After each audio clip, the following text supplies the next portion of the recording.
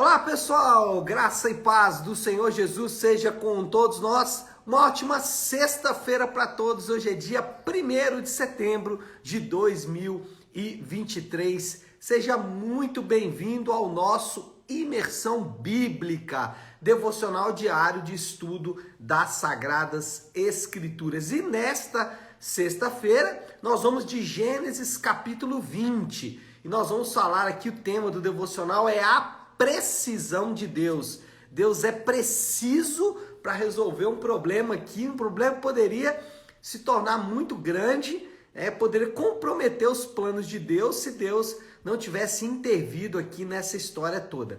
Mas vamos ler aqui o texto que eu separei. Na verdade, eu separei esse texto mais pela beleza dele. Ele não sei se ele resumiria todo o capítulo, mas acredito que sim. Ele diz assim, Gênesis 20, 17. A seguir, Abraão orou a Deus e Deus curou Abimeleque, sua mulher e suas servas, de forma que puderam novamente ter filhos. Mas o que Deus está fazendo nesse texto, o que esse texto evidencia, é como Deus conduz soberanamente as coisas, como Deus age soberanamente em todas as coisas para conduzir os seus planos eternos. O texto mostra como Deus é capaz de, nas situações mais diversas, aparecer para poder conduzir o seu plano. E aparecer aqui é uma força de linguagem muito grande, porque, claro, Deus está presente em todo o tempo. E como isso acontece? Bom, Abraão, ele colocou em risco tanto a integridade de Sara, como a integridade do plano de Deus ao mentir sobre a realidade do relacionamento dos dois. Então, o Abraão, ao se encontrar ali com Abimeleque em Gerar, e não se sabe por que Abraão foi para ali, provavelmente é uma mudança natural de um indivíduo que é nômade, né? A gente tem que lembrar que Abraão era um cara nômade, a vida dele era viver, né? É isso mesmo, a vida dele era viver de tempos em tempos. Então, às vezes ele estava num ponto, às vezes em outro, enfim. Qual é o detalhe aqui? O detalhe é que o plano de Deus foi colocado em risco pela atitude impensada de Abraão. Olha só, Deus promete para Abraão que vai dar um filho para Abraão, e aqui a gente tem que lembrar que talvez esse texto não está na ordem tão cronológica como parece, tá? Mas ainda assim, depois de Deus fazer tudo o que fez aqui por Abraão, depois de Deus aparecer para ele, fazer uma aliança, falar diversas vezes com ele, que Abraão, teria um filho com Sara, e esse filho seria o descendente, Abraão, olha o que ele faz. Ele coloca em risco esse plano ao dizer que Sara era a sua irmã, ou meia-irmã, o que era verdade, mas não uma verdade completa, porque o principal relacionamento de Abraão e Sara era um relacionamento de casamento, e Abraão omite essa parte importante aí, e o plano de Deus então é colocado em risco. O plano de Deus ficou ali por um triz, né? Por isso o tema hoje é a precisão de Deus de intervir ali. Aí a ironia é por conta de que o pai da fé, que é Abraão, ficou sem fé, né? É o retrato do homem, né? O retrato nosso é isso. Faltou confiança ao pai da fé. Faltou fé ao pai da fé, né? E, lamentavelmente, né, para nossa dor, isso acontece de vez em vez. Só lembrando que fé é diferente de fideísmo. Fideísmo é fé na fé. Eu tenho muita fé em Deus. Você tem fé na sua fé. Não, eu confio no Senhor. É diferente. É o Senhor que é o objeto da fé. E aí, em geral, né, os nossos pecados, em geral, eles são exatamente uma demonstração de falta de confiança.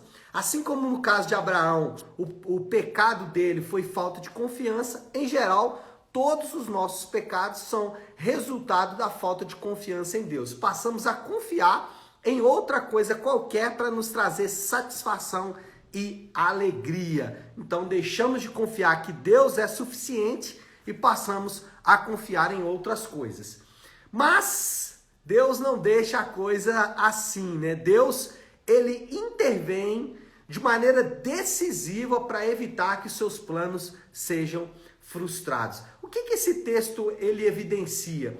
Ele evidencia algo que é muito perene às Escrituras, que é a livre agência, né? Algumas pessoas vão usar o termo livre-arbítrio, ainda que do ponto de vista bíblico, livre-arbítrio, como muitos ensinam, não existe. O homem não tem autonomia plena, o homem não faz tudo o que ele quer, mas pelo contrário, Deus dirige as decisões dos homens. Então Deus ele vai intervir para que isso aconteça, e esse texto vai evidenciar o quê? A livre agência do homem e a soberania de Deus. Como que essas duas verdades elas são capazes de se interligar em algum momento. Então o que nós temos aqui é Abraão na sua livre agência fazendo o que dá na cabeça, Abimeleque na sua livre agência fazendo o que dá na cabeça, Sara na sua livre agência fazendo o que dá na cabeça, com muitas aspas aí no fazendo o que dá na cabeça, né? Mas você vê Deus ali conduzindo todos esses personagens para que o plano dele não seja comprometido. Então, quando a gente fala de livre agência, que é diferente de livre-arbítrio, e soberania de Deus, esse texto mostra muito bem esse equilíbrio. O que a gente vai aprender nesse texto? Deus é soberano. Mesmo assim, o homem é responsável. Então, olha só, Deus está conduzindo ali. Deus está guardando o plano dele. Mas Abraão, ele é acusado de mentir. Abimeleque é acusado de cometer adultério, assim como Sara. Enfim, né? Todos os personagens ali são responsáveis pelos seus próprios atos, ainda que Deus esteja soberanamente conduzindo todas as coisas. Outro ponto quando a gente fala de Deus é soberano, é que Deus, ele não desiste e não nos abandona. A gente não sabe por que Abraão fez o que fez, se Abraão estava desesperado por alguma coisa, com medo, mas como eu disse, faltou confiança ou faltou fé, o pai da fé, né? Mas o ponto aqui é dizer o seguinte, que mesmo que Abraão tivesse ali aberto mão, desistido já dos planos de Deus, Deus não desistiu, Deus não abandonou os planos dele. Deus continuou conduzindo os planos dele de acordo com a sua vontade. E a soberania de Deus mostra isso, que Deus não desiste, Deus não abandona os seus planos. E mais, né? Deus está pessoalmente envolvido com a criação. Isso aqui é muito importante, porque para alguns grupos, Deus ele não atua de maneira tão direta assim no mundo. Mas o que a gente vê nesse texto é o contrário. É Deus extremamente envolvido ali com aquela situação. Dando sonho, falando, direcionando. Quer dizer, Deus não é um personagem passivo da história, é um personagem ativo. Ele está ali atuando e agindo de acordo com a sua vontade. Então Deus não desiste e não nos abandona. E por último, né, gente, a soberania de Deus mostra que não adianta lutar contra Deus. Isso é bobagem, né? E aí, eu não gosto muito dessa expressão lutar contra Deus, mas ela é muito usada nos dias de hoje, né? Então, pessoas imaginam que podem ficar ali lutando contra Deus. Mesmo que Deus não queira, a pessoa fica querendo fazer o que ela quer fazer. Não é assim. Ou então tentar convencer Deus, né? Então eu vou orar muito, ou eu vou fazer isso aqui para tentar convencer Deus. Muito da nossa tristeza, muito da nossa angústia, muito da nossa falta de propósito, da nossa falta de sentido para a vida, muito da falta de cor das nossas vidas está ligado ao fato de que estamos aí lutando, né? E aí com aspas para lutando, né? Contra Deus. Estamos tentando fazer coisas de acordo com a nossa própria vontade, de acordo com a nossa cabeça. E não vai dar certo, né? Literalmente, com Abimeleque, né? Literalmente a vida vai ser um pesadelo. Abimeleque viveu ali dias difíceis exatamente por causa disso. Então, qual é a dica que eu dou para você hoje? Se curve logo ao plano de Deus. Para de ficar lutando contra Deus, para de ficar tentando resistir à vontade de Deus. Você vai ficar sofrendo, assim como Jonas, né? Poderia estar outros exemplos aqui, mas eu gosto muito do exemplo do Jonas.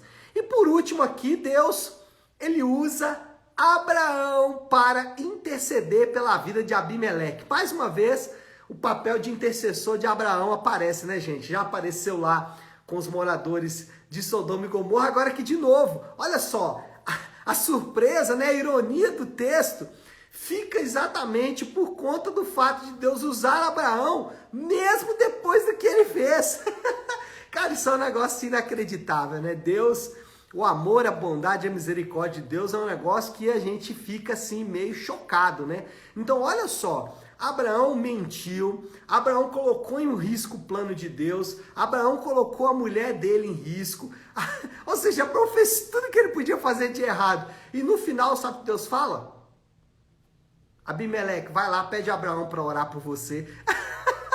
Interessante que essa aqui é a primeira oração de intercessão para cura registrada nas Escrituras. É a primeira oração de cura que a Bíblia vai registrar. Olha só, exatamente num cenário como esse, exatamente num cenário onde Abraão faz tudo para ser reprovado por Deus, né? Abraão, como diz o outro, Abraão aqui abusou da boa vontade de Deus, né? Mas o amor e a misericórdia de Deus é absurdo, porque mesmo Abraão fazendo o que fez, entregando a mulher dele, como eu disse, fazendo tudo mais, Deus ainda fala, vai lá, intercede pelo Abimeleque. Abimeleque, você vai ser curado aí, e eu vou usar a intercessão do Abraão. E isso aqui, irmãos, tem uma aplicação muito linda, e tão gostosa e tão preciosa para cada um de nós. Ainda que nós tenhamos que lutar vigorosamente contra as nossas tendências pecaminosas, ainda que nós ainda que nós precisemos lutar e lutar com força contra as tendências do nosso coração, ainda assim nós podemos confiar que o Senhor vai usar a nossa vida. Isso é preciosíssimo, né? Muita gente dá ênfase, e eu fico às vezes chocado, né? Dá ênfase para a fé de Abraão. A fé de Abraão era vacilante, irmãos.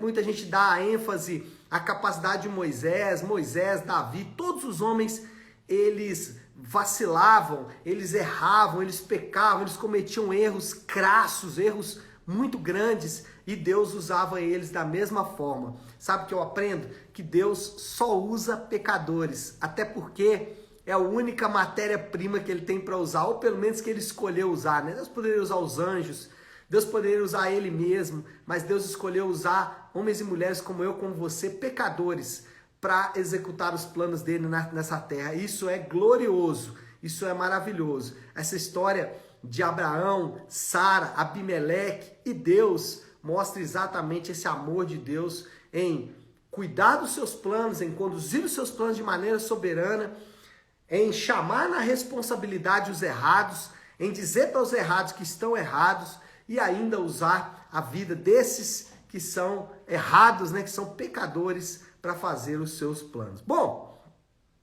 moral da história então, os planos de Deus jamais podem ser frustrados. Essa é quase frase de para-choque de caminhão, né?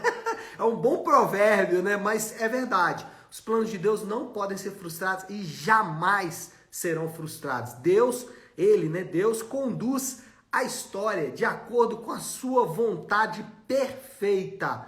Então o que a gente tem que saber é que Deus está conduzindo a história de acordo com a vontade perfeita dele. E a segurança dos crentes repousa exatamente nessa realidade. Qual a realidade? Que Deus está conduzindo as coisas de acordo com a vontade dele. Mesmo quando nós não entendemos, mesmo quando nós achamos um absurdo, mesmo quando os nossos olhos não veem, ou mesmo quando a gente faz tudo errado. Deus ainda está ali para conduzir as coisas soberanamente. Glórias sejam dadas ao nome do Senhor. Ele é bom em todo o tempo. E qual é o desafio do Léo desta sexta-feira? Bom, o meu desafio, na verdade, é um pouco diferente nessa sexta. Vou contar aqui uma história rapidinho sobre John Milton, né? Ele foi um puritano, ele era um clérigo anglicano que se converteu depois de ser mercador de escravos durante muitos anos. Aí se converte e depois se torna um clérigo anglicano, né? Escreveu aquela música Amazing Grace, que é linda. E o John Milton, ele contava uma história que é o seguinte: segundo ele, teve um sonho em que alguém chegava para ele e dava para ele, um homem muito lindo, assim, brilhante e tal, dava para ele um diamante de um valor inestimável, um grande diamante.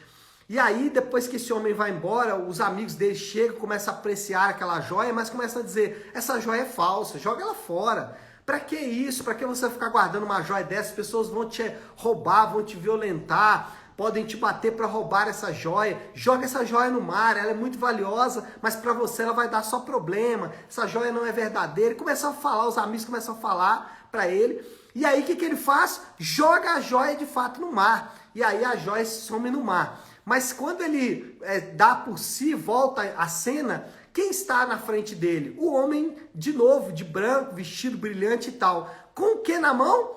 Com a joia na mão. E aí o John Milton vira para o homem e fala, você resgatou o meu diamante. E o homem fala assim, olha, o diamante é seu, mas eu não vou deixar nas suas mãos, eu vou cuidar dele para você. Então, por que eu conto essa história? Exatamente para exemplificar que nós temos um grande diamante, que é a salvação em Cristo Jesus. Mas essa salvação não está nas nossas mãos, está nas mãos de Deus. Porque se ficar nas nossas mãos, nós vamos fazer como Abraão, né? Vamos fazer tudo para dar errado.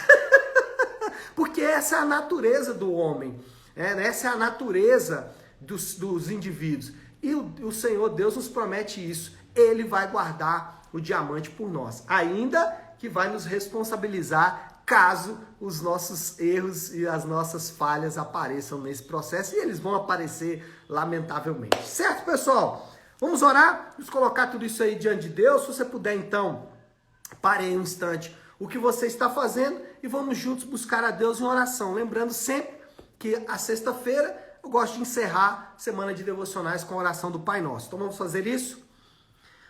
Pai nosso que estás nos céus, santificado seja o teu nome. Venha o teu reino, seja feita a tua vontade, assim na terra como no céu. Dá-nos hoje o nosso pão de cada dia. Perdoa as nossas dívidas, assim como perdoamos aos nossos devedores. E não nos deixes cair em tentação, mas livra-nos do mal, porque teu é o reino, o poder e a glória para sempre. Amém. Amém, meu povo? Bom, então é isso. Nós vamos ficando por aqui. Que Deus te abençoe. Uma ótima, uma excelente sexta-feira para todos. Fiquem com Deus.